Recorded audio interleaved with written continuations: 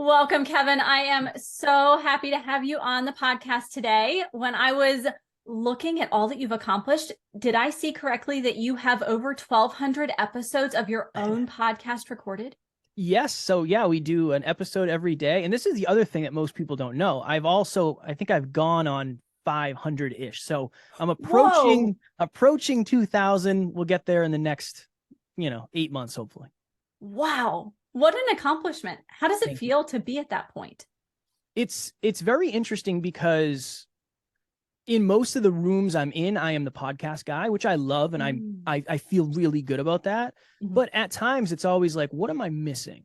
Because I have to be missing stuff because who am I learning from? I got to make sure that I'm learning from the right people as well. So I'm really, really trying to do my best to not become the guy who thinks he knows everything. Making sure that you're always in the room with someone who's further along, Yes. done something a little differently so that you have that opportunity to learn. Yeah, I don't want to get caught up in my own hype. I think that's a very, very dangerous game. And this is the interesting thing. I make mistakes every single day, especially on the podcast. So I've never felt like I was too good, but I think that's also one of the things that speaks to the ability to do it for as long as we have and just the way we do it. So it feels really good. I feel very accomplished, but I also want to make sure I stay humble in those accomplishments because that's the only reason we are where we are. Yeah. And staying humble, I think, opens us up to new ideas and new pathways that we maybe wouldn't be aware of if we just got into this groove of saying, I've got it, I'm good, I don't need to really look outside my lane. But you kind of have to look outside your lane a little bit to keep that freshness, but also to keep moving forward, keep growing or maintaining, if that's your desire, your business. Yeah. Yeah. I think one of the questions I get asked is like, what is the most important thing for an early entrepreneur? It's like, it's a great question. I mean, you could go a million ways with that. For me, I think it's self-awareness. And I think it just ties into what you were talking about, because if you're so self-aware that you understand, I'm the type of person just to do the same thing over and over, bury my head in the sand and say, this is how it's going to be forever. It's very important that you understand that.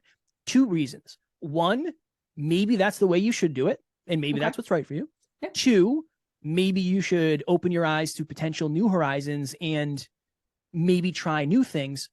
3, understand that the results you are getting are based on the mindset that you have. A, are you okay with that? B, are you not? That kind of understanding is super important. And I tell people this, like people will say, if you just want to use like a dieting analogy, I was a bodybuilder.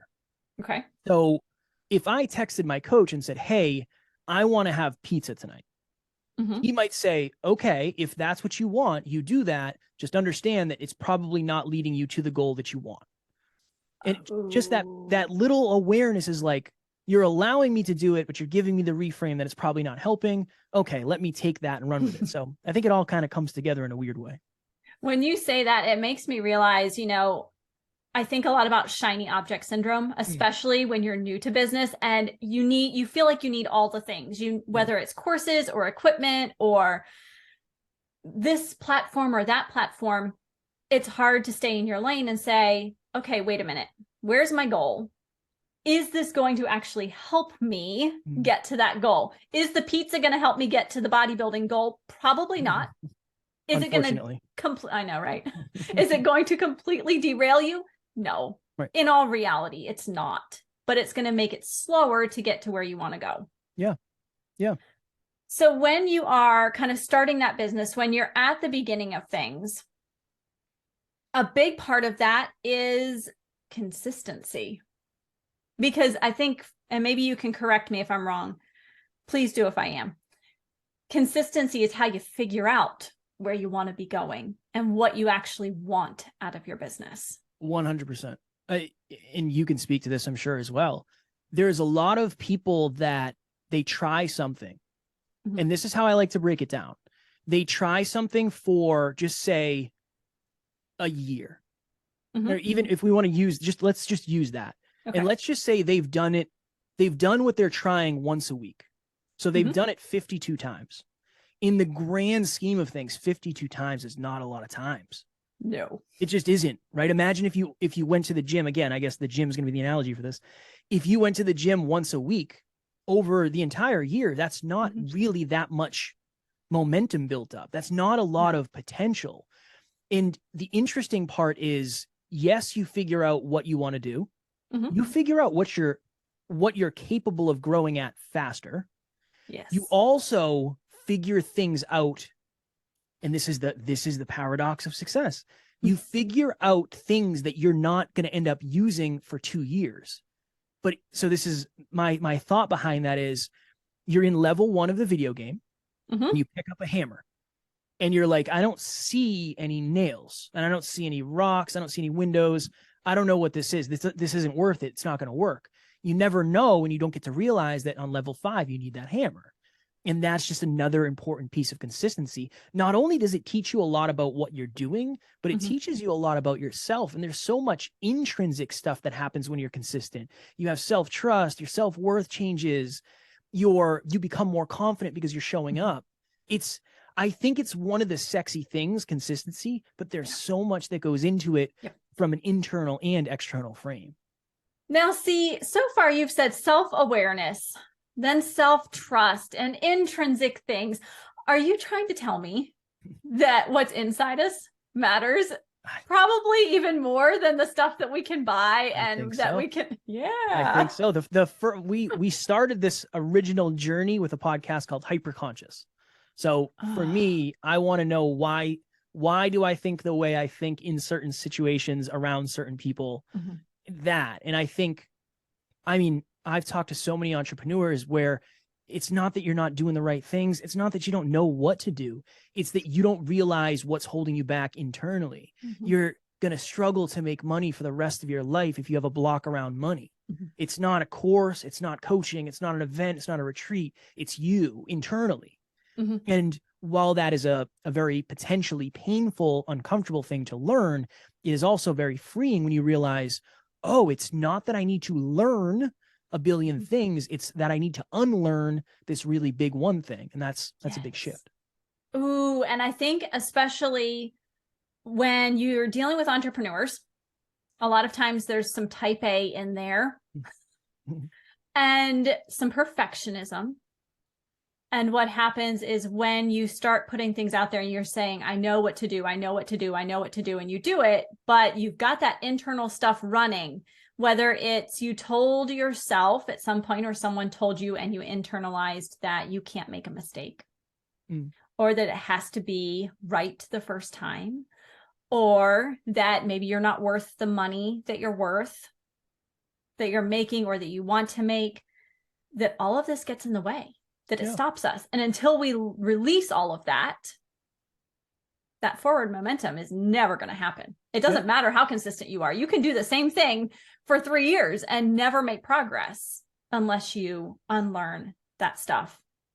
Yeah. Just like you're saying. The problem is when we talk about consistency, most of us are talking about consistently doing.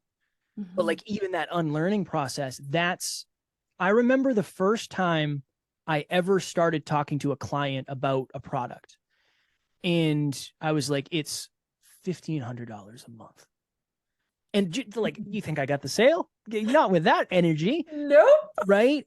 That level of, okay, but when I did that 5 times that month, the 5th time I felt really good. To the point where I once had a client say, I'm going to be the easiest sale you've ever had. How much is what I'm looking for? And I was like, this is great. And I was like, $900. And she's like, oh my God, it's way more expensive than I thought. And I was like, oh man, wow, this is really backfired. But that level of comfort only came from the consistency of facing that inner stuff. And I just think of it as the seasons, right? In the beginning, as an entrepreneur, you have to figure out what is the most important skill that I don't have that I must learn. That's kind of where you got to start. And then you can only implement so much so quickly. Knowledge is great, and I love knowledge, and learning is super important. But understanding the difference between awareness and implementation, there's a big gap there for most people, right? So what is your knowledge? Of your knowledge, what are you currently implementing? How quickly will you be able to implement new knowledge that you take? I think a lot of us get into this cycle where it's like, I know I should be doing 1,000 things, but I can only really do 5. Okay, cool. Let's just focus on that for a little bit. I think, and then taking it the step further and saying, I know all of this stuff. I need to implement this. I can implement 5 things, but then getting into a feedback loop where you have to be vulnerable and say, here's what I'm doing. Tell me, does it look okay? Does it make sense? Does it work? And being critical and aware that you're going to have to make some adjustments. Yeah. What you put out there is not perfect. Yeah. And it never will be. That's okay. It's not supposed to be. We're human. We are imperfect by design. So. And in the beginning, nobody cares anyway. Nope. That's the interesting thing is in the beginning, for better or for worse, people really don't care. My grandmother used to be the only one who listened to our episodes in the beginning. And here's the interesting thing. She's the sweetest. Shout out to Mima. And my mom did too. But my grandmother, I make a joke. She shares my post and the ink is still wet. I don't even know how she shares it as fast as she does. She's the sweetest. But when we're getting feedback, there's two trains of thought. Okay. Mima, thank you so much for sharing. I appreciate it very much. Like, I appreciate it. Also, it's not for you. So if you give me certain feedback, I have to be able to say, I understand that you are just blindly supporting me. I'm grateful for that. But the content is not for you. So I have to be very, very careful with the feedback that I take. Right. That's a whole nother thing is some people are going to say, you're the best. Change nothing. You're the best. Other people are going to say, change everything. Maybe you're the worst. The truth lies somewhere in the middle, and it's about getting to that truth ultimately. And I think some of that is also not just taking one person's feedback, but cultivating a network of people and resources who should have some kind of say that are relevant to your brand, your mission, your values, your product, service, whatever it is, and listening to them as a whole. If one person out of 20 says, I don't like this, I'm going to note it, but I'm going to come back to it. You know, if the same person is always hypercritical, maybe I'll sit down with them and say, hey, tell me more about this, because I'm curious now what's creating that. But I'm not going to go out and throw my entire website out the window on one person. Yeah, you got to know.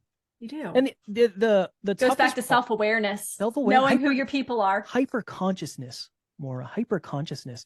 It's the other part of it too that I think, again, I probably could have done more of this in the beginning, but to that original point that we had, I didn't understand how to qualify feedback. Really, I didn't understand like how do I know who to go to for feedback? So what would you do now? Oh, tricky question. It is. Yeah, it is, because there's multiple. I mean, do you want the feedback to be right? Do you want it to be constructive? I think there's a lot of like layers there. Do you want somebody who's ahead of you who can tell you what to do? Do you want it from a consumer who can tell you what they want? I would probably go to 5 of the people that were most truthful in my life. And this part is very interesting. Okay. They want what's best for me, regardless of themselves. That the level of, if you come to me for advice and I'm afraid you're going to outgrow me, I can't really give you great feedback. Right. It's tainted with the thought that if I give too good of feedback, Maura's gone. She's going to go do her thing. Yep. So trying to find people in your life who want what's best for you, regardless of you, I think that's probably, or regardless of themselves, excuse me. I think that's probably the best place to start, because at least you know there's no conditions to that feedback. Oh, unconditional feedback. Which can also be very tough. But yeah, you know, I don't know how else to really get it. We went through a phase where we did a live podcast every single week. So I have my business partner and my co-host Alan, and the team would watch it. So I think at the time we had like an 8-person team. Okay. We would do these kind of feedback calls after. And every week they're like, Kev, 10 out of 10. You're the man. Alan, 4 out of 10. Here's the list of improvements that you need to have.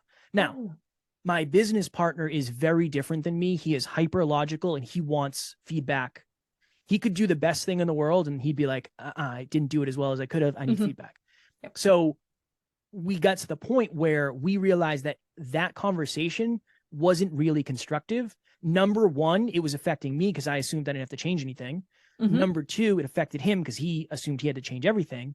And here's kind of the kicker. From a delivery standpoint, nobody on the team had ever really given a speech. So they didn't really understand what we were doing. They might not have understood how difficult it was. We were getting really good feedback from the audience. So there was like so many things that, yeah, there's so many things that go into that. But to the original, I guess, one of the through lines of this interview, we did that so consistently that it was like, this season is no longer as applicable as it once was. Let's try a new season. And then you just kind of evolve from there. But you learned from it. You learned from being consistent. You learned that it was not a helpful way to gather feedback for this specific instance. You needed something different. Yep. But you wouldn't have known that had you only done it once or twice. Yep. 100%. So just, and it went back to being aware of what was and wasn't working. I think that's I really do. I think, yeah, I've met so many people who, it's kind of like, if you think of it, there's people who are ready, aim, fire. There are people who are ready, ready, fire. There are people who are ready, ready, ready, ready, aim, aim, aim, aim, aim, aim, maybe never fire. Having that level of self-awareness, I'll check in with people who I haven't talked to in a year. Nothing's changed. And not because it couldn't, and not because life circumstances, because there's a lot of people out there that are saying, yeah, it's all happening. It's all happening. I can feel the momentum building, and I'm making all these connections. And it's like, hey, at some point, we got to let the arrow go, and we got to let that thing land where it will. And then what we can do, the beautiful piece of this is we can walk to the arrow, we can string it up again, we can take another shot. We can take another shot. But I tend to be a messy action person. Okay. I'm really good at getting trains rolling. Not always good at keeping them improving. Okay. So that's a unique strength that I have, but that's because I realize that, number one, you're going to get way less feedback than you probably think, honestly, right? And number two, you can't improve it until it's real, until it's in the real world, under real world conditions. You can't really improve something. And again, that's one of the paradoxes of success. And that's why success is challenging at times. Oh my gosh. I was sitting down to write a presentation this week and was writing about that planning implementation balance. And it's exactly what you described. You know, you have some people that will get out there and just put things out without really planning. You've got people that will plan. And some people that are kind of stuck. And then there are the people that are seeing that progress because they're planning and implementing, and then going back and saying, what do I adjust? How do I plan this a little differently? Implement again. And it's that balance of making sure you keep rolling forward. Yeah, it has to be. And that's the thing too, is like, I know people who are just fire. And that's not necessarily super constructive in the long run. And so you have to find your own unique balance or harmony, if you like that word better, of this, because it's a little bit different for everybody. And that's when it comes to, like, maybe you're a solopreneur who needs to find somebody else to complement you. My business partner is a math and science genius. I'm not. I like talking to people. Yeah. Right. Perfect. So you balance each other really nicely. Very well. Very well. Yes. Yeah. Okay. So really, when we think about new entrepreneurs, we think about building a business, there has to be that commitment to awareness. There has to be that commitment to knowing what you're holding on to that you need to let go of, knowing what you need to just jump into and get going. But really, that consistency that everyone talks about, it's not just go do. It's about consistently looking within as well as externally. But that intrinsic stuff, that internal stuff, is what's going to help you move forward fastest. Getting all of that aligned. Yeah. And that's the consistent, the self-improvement journey, and just the entrepreneurial journey is wonderful. It's great. You're going to learn so much, but the thing you're hopefully going to learn the most about is yourself. And that's why a practice of learning something new every day it'll never be not valuable. It'll never be less valuable than it is today. It'll always be more valuable as you become more valuable. So that's really like, the self-awareness, and you're learning about yourself. Awesome. Okay. I understand myself at a deep level. Cool. Now, everything I learn, I also understand at a deeper level because I understand how it affects me. or how it actually works into my business. So yeah, learning about other things and learning about yourself every day. If you can do that, I think you're going to be in a way better position because you're going to be able to be honest with yourself. Look, maybe you don't want to work 80 hours a week. Hey, maybe you do. What about like that? I've had clients who value work over family. Look, no judgment. If that's what works for them, that works 100%. For them. That's not me, but no. And that's just self-awareness. Hey, I'm proud of you for having the courage to admit that. Good. But that's just a self-awareness thing that just comes in time. Oh, time. That one thing that entrepreneurs, especially new, never feel like they have. There's that pressure. But learning who you are, learning what you want, and putting it into practice is going to speed that time up, I think, a little bit. Yeah. And I think an important understanding to have is that most likely, statistically speaking, you're not going to make it overnight. No, thank you for saying that. Of course. I'm still trying to figure it out. 1,200 episodes. We still haven't quote unquote made it. But the beautiful side of that is you're also not going to lose it all overnight. Correct. That I like that permission. I've had many people say, I'm a new entrepreneur. What advice? That you're not going to make it tomorrow, most likely, and that's okay. And you're also not going to lose it all tomorrow. I think it's important to understand that time can be your friend if you're able to leverage it correctly. And here's my frame around this. Okay. If Maura calls me tomorrow and says, hey, Kev, we're going for a run. I say, okay, all right, we're going to do this. 3 questions. Where are we going? What time are we going? And how far are we running? Like, just give me an understanding of how far we're running, because that's going to determine a lot of my expectations. If Maura says we're running a mile and I show up ready for a mile and we start running, and then Maura says, it's 26 miles. I had the wrong page. It's actually 26 miles. And I've been sprinting for the first mile. I'm in trouble. Oh. I'm not going to get to the end, most likely. I think many entrepreneurs are set up from a place of this is a sprint. And if your expectations are based on a sprint, you're not going to pack right. You're not going to eat right. You're not going to hydrate right. You're not going to stretch right. And you're not going to have the right plan. Understand that for all of us, it is a marathon. It is. Yes. The people that blow up and make it, that is just results not typical. That happens in every industry. It's most likely not going to happen to you, and that's okay. And I would argue that even if you see that blow up that happens overnight, there was so much that happened before internally on sticky notes on someone's wall that they told no one about. They laid all that groundwork so that when they went public or live with whatever they're doing, it took off because they had done so much that you will never see. Beautifully said. You'll love this. I do not call it overnight success. I call it overnight awareness. Yeah. It's just now everybody knows. You were the same yesterday as you are today, but now whatever it is, now LeBron James tweeted out your motivational video. You're the same person. Yeah, that's the other thing is you have to believe that what you're building a foundation, and you're building something wonderful behind the scenes that eventually all of that stuff will be seen. One day, I don't know when it's going to happen, but one day we'll have a moment where we get a large influx of human beings who find our podcast and they're going to say, wow, where did they come from? We've been here. There's nobody really knew it. That's all. And that's just how it works. Oh, I could not have said that more beautifully. You're right. It just takes, it's that moment, that overnight awareness. Yeah. Because there is that moment for just about everyone at some point, if you stick with it. Yeah. If you work through the hard stuff and stick with it, create those good, solid habits of working every day or just working to move forward, whether it's on yourself or in your business, whatever that looks like for you, just taking those action steps and being intentional with it. So, one question that I've been dying to ask you.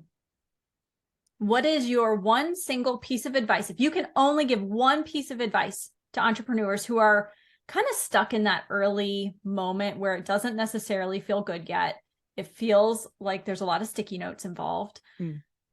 What kind of advice would you give them? 2 things.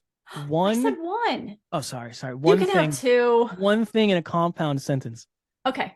Do the thing that scares you. And the reason I say that is usually there's something there that we just don't want to do that might be the unlock to what we should be doing. That's one thing. And based on the listeners, start doing stuff for free. Hear me out. I know there's a fine line between devaluing yourself and hurting your self-worth with stuff like that. But here's what I like to do. Number one, when you jump on a call for free, the expectations are very low. So if you deliver at any level, the person's going to be blown away. That's part one. Part two, you're going to get to know your target demographic at a very, very deep level. That's part two. Number three, you're going to figure out if you're any good or not. And you're going to figure out how confident you are. And that's great. That's great. And then the fourth thing is, if you coach somebody for free for, say, a month, hypothetically, at the end of the month, it's a lot easier to ask for money because they already know what they're going to get. So that's what we did at the beginning. And that has helped me tremendously. And I still do free calls with listeners based on the fact that they're so valuable. That's what I would say. I would say that if you're a service provider, if you're a coach, if you're looking to, grow that, and then do the thing that scares you. It scares you for a reason. What if that reason is because it's the number one thing you should be doing? Yep. Okay. So I'll allow that. That was a pretty good one piece of advice. We'll call it one. I'm long-winded. I'm talk so much. You just took a deep breath in and it just all came out, right? It was one statement. Yes, one statement. I'll buy that. Thank you. So making sure that you're doing what scares you. That's a hard one. But I think you're right. I tend to agree. It's the same advice I give. Is to get out there and do the thing that scares you. For a lot of people, it's networking. Just go out and start a conversation. Networking doesn't have to be the big ballroom with all the people in it. It can be a coffee chat with one person and that's it.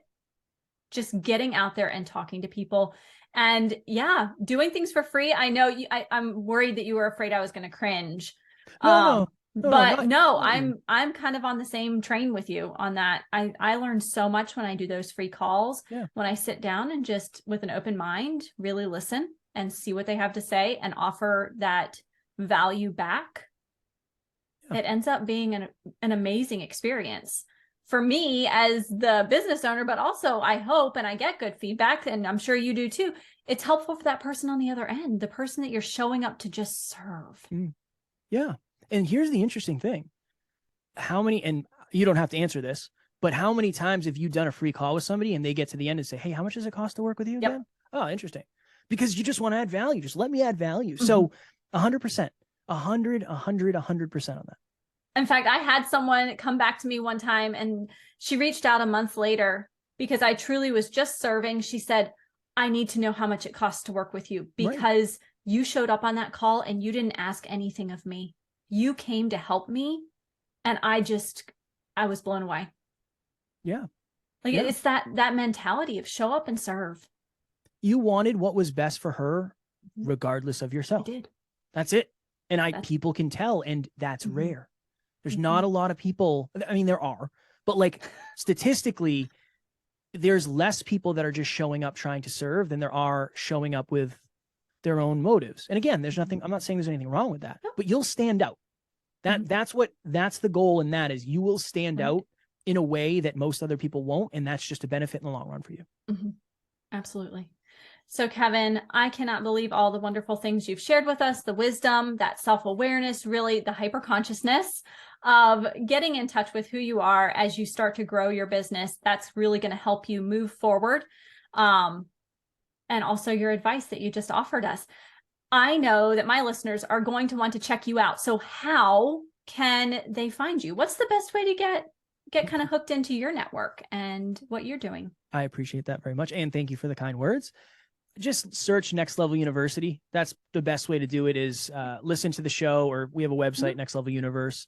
But I think that because you're going to figure out one of two things. A, I am the type of person who listens to these two young men. B, these two young men are not for me. No harm done. I think that's probably the best place to find us. And everything is in our show notes if you need anything.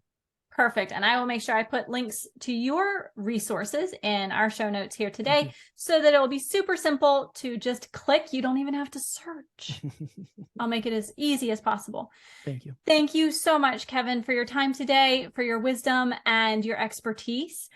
And I cannot wait to keep listening. Man, 12, I just keep coming back to that concept. 1,200 episodes already recorded. It all started with one. It all started with one. We all start in that same place. Yes. We start at ground zero and build up. Every single person. And I think it's just important to remember that. Yeah. Thank you so much. Thank you.